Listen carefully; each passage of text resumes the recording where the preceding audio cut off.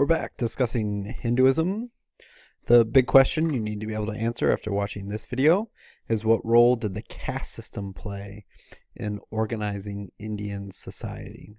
The caste system is the social hierarchy in Indian Hindu society. It determined what your job was, it determined who you could marry, it determined who you could eat with.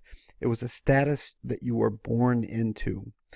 And the caste system provided stability and unity in India, in a society, as we've mentioned in previous videos, that was incredibly diverse, that was very politically decentralized. It was really the caste system that provided that unifying force in Indian society and gave people an understanding of what their role was, in a very similar way that Confucianism played in Chinese society, right? In identifying, all right, what is your role in society? And how should you perform that role in a way to create stability and unity? So the origins of the caste system are a little murky, since Hinduism is so old it dates all the way back into period 1. Some historians speculate that the Aryans, who brought with them the Vedas, essentially established a social hierarchy with themselves at the top.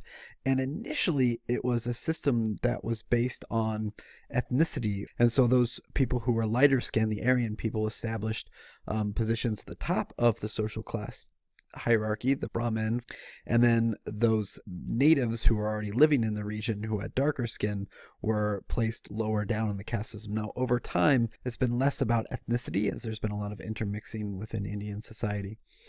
But there are essentially 4 castes or varnas. Now, a caste, when you think about that word caste, it's important to recognize what you already know, right? Think about the thing that you put on your broken bone, right? It's something that's set. It's something that's immovable.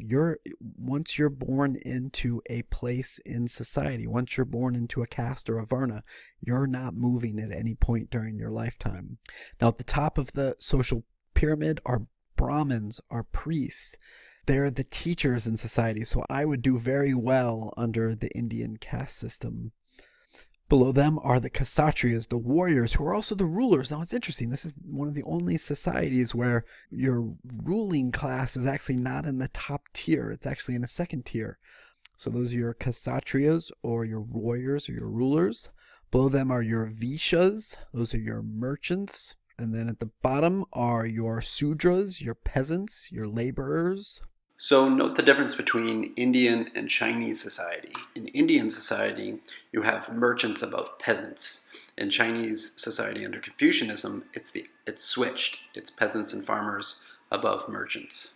There's actually a 5th tier, which is not even recognized as being part of the caste system. It's so far below the normal class distinctions that it's outside of the caste system. This is the untouchable class. And those jobs that are performed by untouchables are things like cleaning the sewers. And in certain places in India, they still make people go into the sewers and clean out the sewers by hand, because that's the traditional role of these people. They also are butchers, and they're involved in killing and cleaning meat. They also perform other really critical functions in society, like they're the keepers of the sacred fires. Used in cremation ceremonies. So every level of society plays a certain function and a role, and that's what kept Indian society running smoothly. Now, the caste system was legally abolished in the 19th and 20th centuries due to the inequality under the system. However, the customs are still very much ingrained in Indian culture, even still to this day. We just really oversimplified something that's far more complex. Within each of these varnas or castes, there are many subgroups, or jati, these subcastes or occupations within each caste in their society. And oftentimes in Indian society, your last name determines what jati or subcaste you belong to. So for example, the Gandhis are perfume sellers, the Dobis are washermen, the Shrivastava are the military scribes. And so it's a very, very, very complex system, but each person understood where they stood within that social ranking or social hierarchy.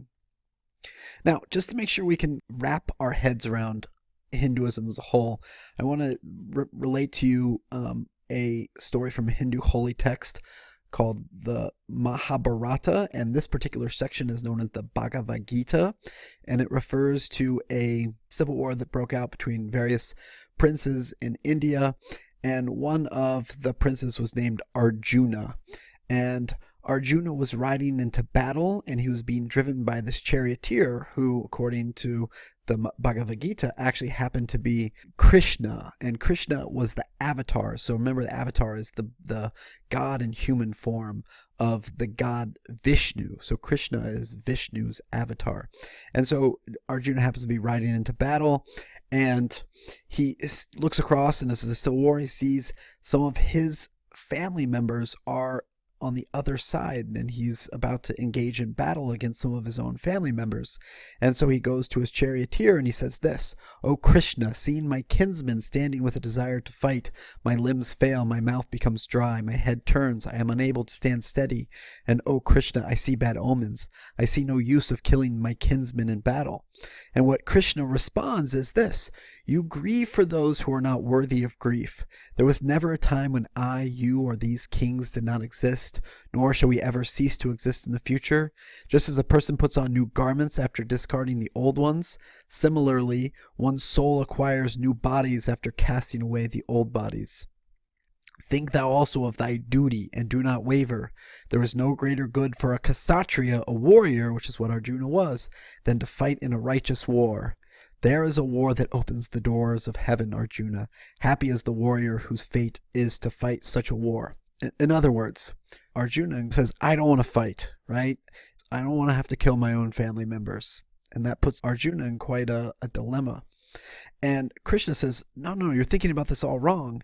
You have to recognize that you are really just a soul, and your soul will continue to live on in different bodies. And the critical thing is that you have to do your duty. And as a warrior, you perform the function of a warrior, then you earn good karma, and then you can get reincarnated into a higher place in the caste system, ultimately becoming possibly a Brahmin, and you have to be a male Brahmin in order to achieve that final goal of Hinduism, which is moksha, or the release from this endless cycle of reincarnation.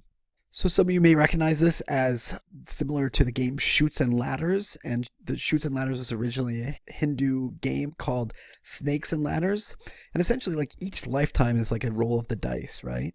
And sometimes you land on a ladder, right? You do your dharma, you do your duty, you get good karma, and you move higher up towards the goal, which up here is moksha, or the release from the cycle of reincarnation. But sometimes you get bad karma, you don't do your duty, and you land on a snake, and you end up further away from the ultimate goal. So you can move from one caste to another, not during that particular lifetime, but in future lifetimes. So as a result of watching this video, again, you should be able to understand the role that the caste system played in organizing Indian society. Thanks for watching.